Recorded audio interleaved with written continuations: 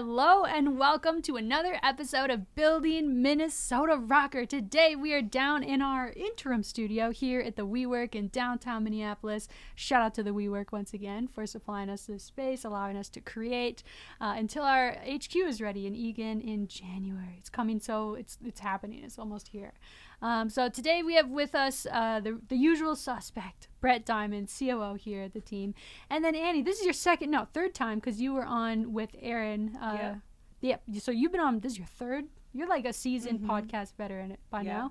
Annie Scott Riley, if you guys don't know, is the VP of Marketing and Creative here with the team. And we just kind of wanted to, come on, do a little bit of a sync up because the episodes have been a little wild. I think our most recent one was obviously our most listened to and viewed so far because we had Gary Vaynerchuk on, co-owner of the team. And it's just been really exciting to be a part of the podcast, to be a part of building this team. And we just kind of wanted to give you a quick download, what we've been up to, what happened last week, and where we're going.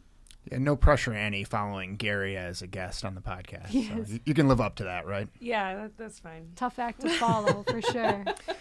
No, it was a great week with Gary in town. We had Gary in, we had the players in, shot a lot of content. For those who've been following us, you probably saw a lot of, we posted a lot of the time that we spent with Gary, but he spent about an hour and a half with us and our core team going through some of our social and marketing strategy, gave us some great insights. We'll talk a little bit about that. Obviously, people saw the Q&A that he did and the panel that Annie and Ashley did with him. I spent some time with the players, gave a little pep talk. Yeah, so that was awesome. pretty cool. That's cool. I think it'll come out eventually, maybe, but for now, just being in the room, he's just, I don't know, man. It's kind of obvious, and meeting him is as you'd expect. He's electric, he's nonstop, he's always ideas, always going, and it was awesome to see that interaction with the players.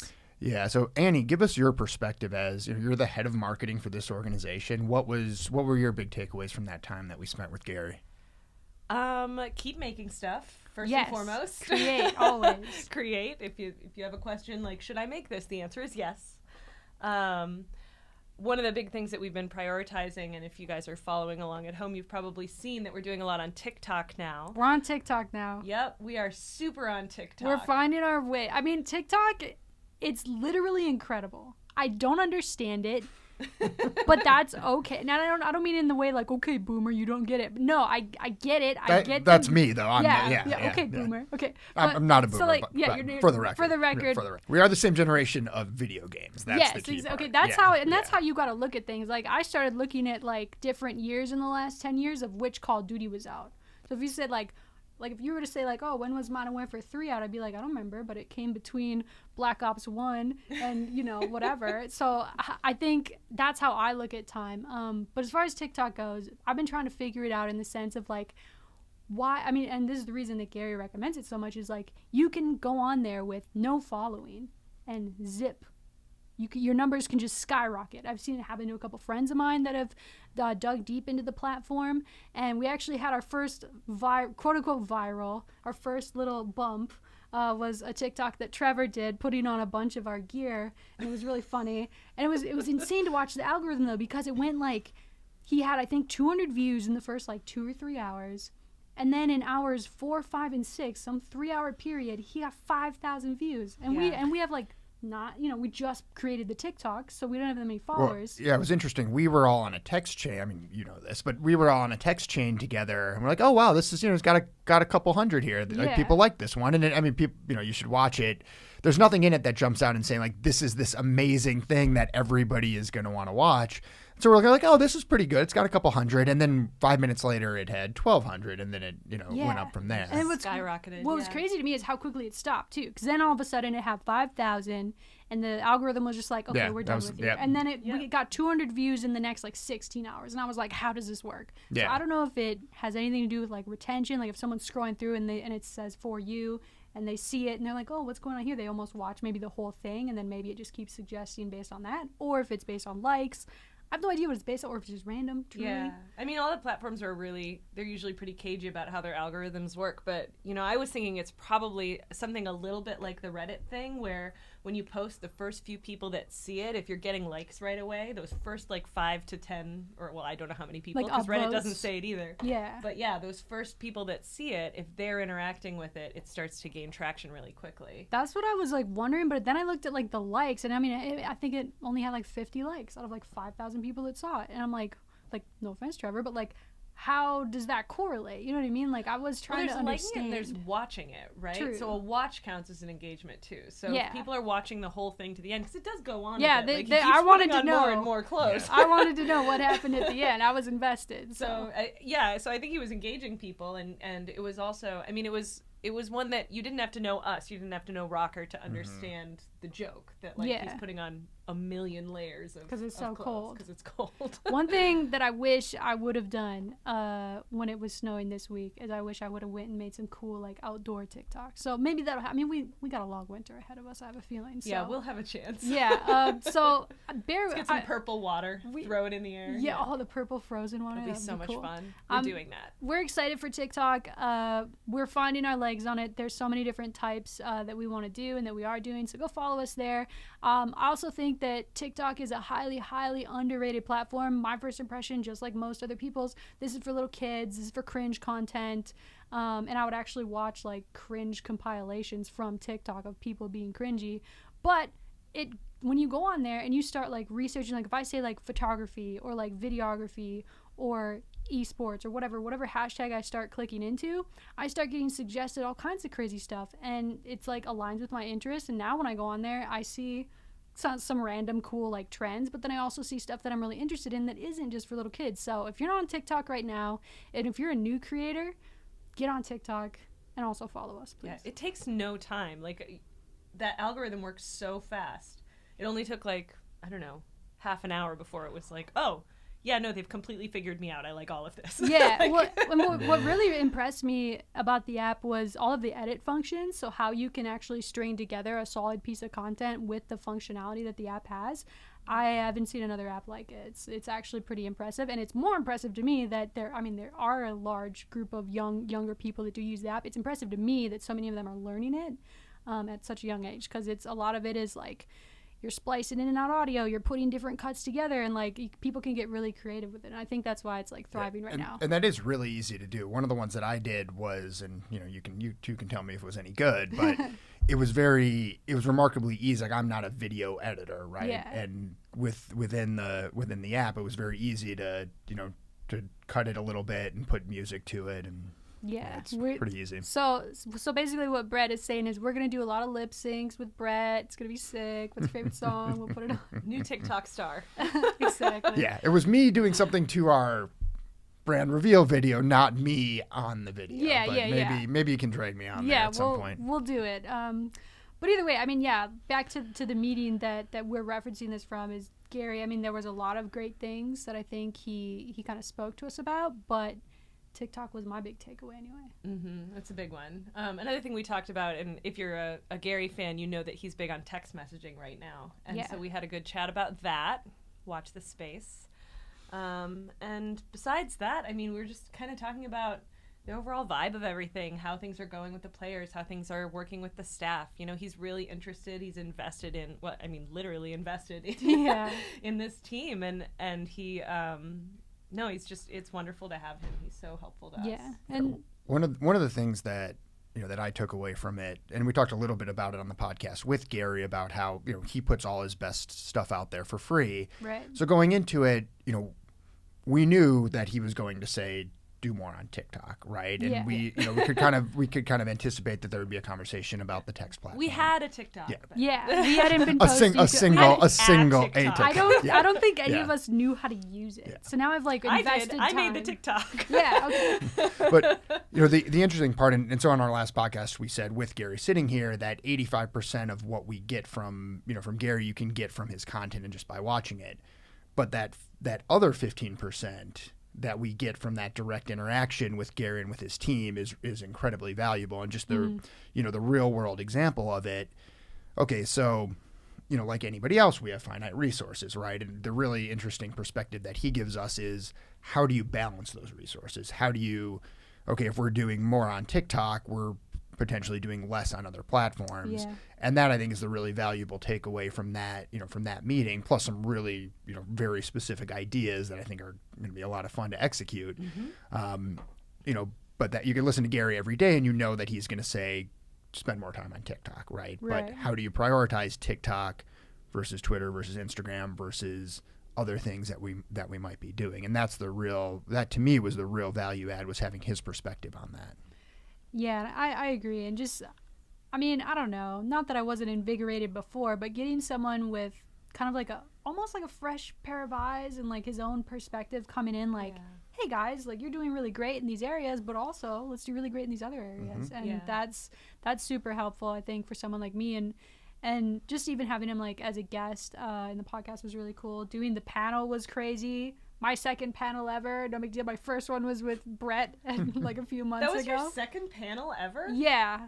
How'd I do? You're good. Yeah, are you just Very saying good. that because I'm right here? Because I had no idea that you hadn't been sitting on panels for like years. Oh, well, I should have been, but no, I'm just kidding. But yeah, it feels like it's all downhill from here. Whatever one I have to do next is gonna be easier, maybe. But yeah, it was just, I don't know, man. Having him in town was a real experience. Having the players in town was insane too. Like, it was the first time that all of our players have all been under one roof. Obviously they've played at events and seen each other. You know what I mean? As one team here in Minnesota, we had them all in town. We went out with them. We filmed a ton of content. That amazing photo shoot that you had done for the holiday. Yeah, photos. Annie, give us the behind the scenes on that one. That was pretty cool. We are eventually going to give you guys the behind the scenes, but what's like directly from you? Like, how did that shoot go? Well, it went fine. It went just great. You guys can see the photos. I think the photos are on like all of our platforms by now, like Instagram, Twitter. They're hilarious. I find it hard to imagine that anybody that listens to this podcast hasn't seen those photos. Yeah. But in case you haven't. But Annie, talk about how where the idea came from, because it was a lot of fun to hear you talk about it a couple weeks ago as a concept and then see it come to life. Was very cool. Yeah, you did a great job. Thank you. No, this was definitely one of those things where everyone in the office thinks I'm insane, but they just kind of trust me. Yeah. That's an accurate description. You gotta let Annie rock. Brett, can I have some money to but I did manage to secure the budget to work with a photographer that I've worked with before who's absolutely wonderful. Her name is Bethany Burney. Shout out Bethany. The idea came actually because we had the idea for the Christmas sweaters. Elizabeth in the office had come up with like, what if we had Christmas sweaters? And everyone was like, yes, when, how? They're so nice. They're so nice. But so we got these Christmas sweaters ordered, and I immediately went from Christmas sweaters to like holiday photo. We need to do like a holiday card, like a terrible 80s awkward family photo holiday card. Yes. And then of course the sweaters were like caught in Ireland. Somewhere. They were stuck somewhere. Those sweaters are available, by the way, in our Shopify. Please buy a sweater. They're Irish. Yes. Shop. And this is not just a plug for the sweaters. Like, they are legit good quality sweaters, right? Like if you get them, you will not be disappointed in what you're wearing. Exactly. I mean, you're not going to wear it all year, but you're gonna wear it. But yeah, so set up this shoot and went through some concepts with Bethany, and we kind of figured out like what we wanted the shoot to look like, and incorporated the aurora borealis and some of those laser effects. The laser one. Shout out to Bethany, because that one little where the RØKKR helmet dude that she is made like, out of stars. Yeah, that was my favorite. It's so Plus, good. because we couldn't have the sweaters in here in time, we had the guys rock turtlenecks. Yes. Which I think. I thought that worked better. Comedically, it came off much better. It went very well. We had quite an ordeal with the turtlenecks as well, because they came in and they were super duper small. Oh no! Sometimes you order stuff off the internet and the sizing is like not for this country. Perhaps just don't know what you're gonna get. Yeah.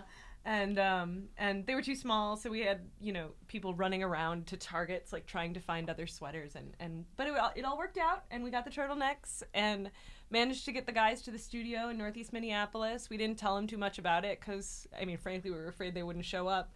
So they had a good time though, right? They seem to really like. That's one thing I really like about this group of our players is like, I mean, not to say like every other COD player in the league has an ego, but like they all really like are about the team, and they're about just like being warm to each other and being like just chill. And I think watching them kind of be together and do the content with them this week, there's a super sick video that's going to come out. I'm not sure when, but it's my favorite one that we ended up shooting with them. And just their interactions with each other, it's probably the first time that they've ever like interacted as a team in person. And I think it's going to be really cool to like have that bedrock there where, you know, they're enjoying each other's presence and kind of getting in the groove, and like watching them build that relationship's going to be cool. Sorry to go like super corny, but it's true. And it's going to come out in the content, I think, too. So it's true. No, I mean, at the holiday shoot, once they like understood what we were doing, and I mean, as soon as they put on their turtlenecks, they were like looking around at each other and they got the joke. Yeah. And it was hilarious. Yeah, I was crying they knew the entire shoot. They knew it was meant to be funny, right? Yes. Okay, yeah, and they were super into it. Okay. I mean, that one where they're standing tallest to shortest, like, Goddard X is up on this little stool. Like, was he on a stool? Because I was like, he looks like their dad. No, like, they put him on a stool, and I mean, they're lying on the floor holding like pine things. I mean, it was hilarious. They had a ball. We all had a ball. We were all crying laughing. Yeah, I think our players are just hysterical and wonderful. And I just love that they're also like the deadliest Call of Duty League players. Yeah, they've been killing it. I'm actually I've been excited for the event, because I mean, just even like when I think about it, sometimes like we're in the midst of kind of like planning this event, right? And sometimes it occurs to me, I'm like, yo, there's gonna be a COD event in Minnesota. Yep. You have an idea how long I've waited for that? Like, I'm so excited, but I'm so excited to just see like the first match happen, like us play as a team, because truly, I mean, and Brett, you know it the best of anyone here in this room, like you've literally been here from the inception till like the first event. How has it been for you, like step by step? Do you ever have those moments where you're like, wow, we're doing something really, like, this is so cool?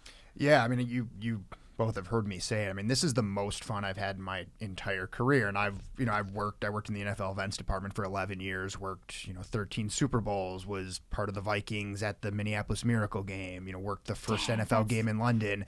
Like, I've been very fortunate to work on some really cool events, and being a part of this has been just so much fun, right? Just to build something from the ground up. It's so fresh. Yeah, absolutely. And I mean, I said to, one of the things that I said to Gary when we had everybody together, I mean, we've accomplished a lot over the last few months, but really the thing that I'm most excited about and most proud of are just the people that we brought into this organization.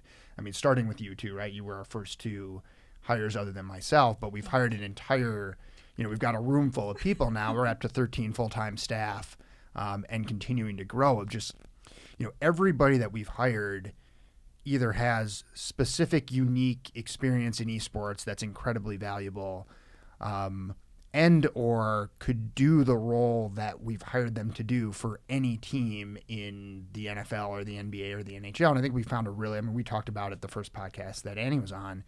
Our goal was always to find that right balance of having people that had great experience in esports, great experience in traditional sports, and then outside perspectives that, bringing different views to the table from outside of either esports or traditional sports. And that's how you get a holiday card. Exactly. No, it's true. Yeah, it absolutely is. And that's the part that I'm most excited about, is just the group of people that we brought together, both the players. I mean, we just talked about it, the players, the staff on the business side. I mean, it's just such a great group of just human beings. And I think it's just so much fun to work with everybody. And just that, we're going to have a sprint from here through the event in January. And it's, I mean, an incredible opportunity to host the first event of the new league of the season, have it here in Minnesota. Nobody expected that to be in Minnesota. I didn't. I'm so stoked. Yeah, it's when amazing. I heard that all of the teams had to come here, I was like, yes. Yeah. Now, is it going to be a lot of work? Yes. It will be, but it'll absolutely be worth it. And it'll be the kind of thing that, we said it yesterday to the team when we had everybody together. Like, we're going to be talking about this the rest of our careers, right? It's going to be, it's that kind of opportunity and moment. And at the end of the day, we just want to create something really cool for the fans here in Minnesota and anybody that comes in from out of town. I feel like that's, I mean, obviously, so so full disclosure, I'm pretty sure most people that are listening to this podcast are pretty hardcore into the team or hardcore into esports and wanting to understand like how it works, how it functions, or maybe they just like hearing about our team. But I think for the people that were nervous about the league happening, like obviously change is typically met with like, no, don't like change.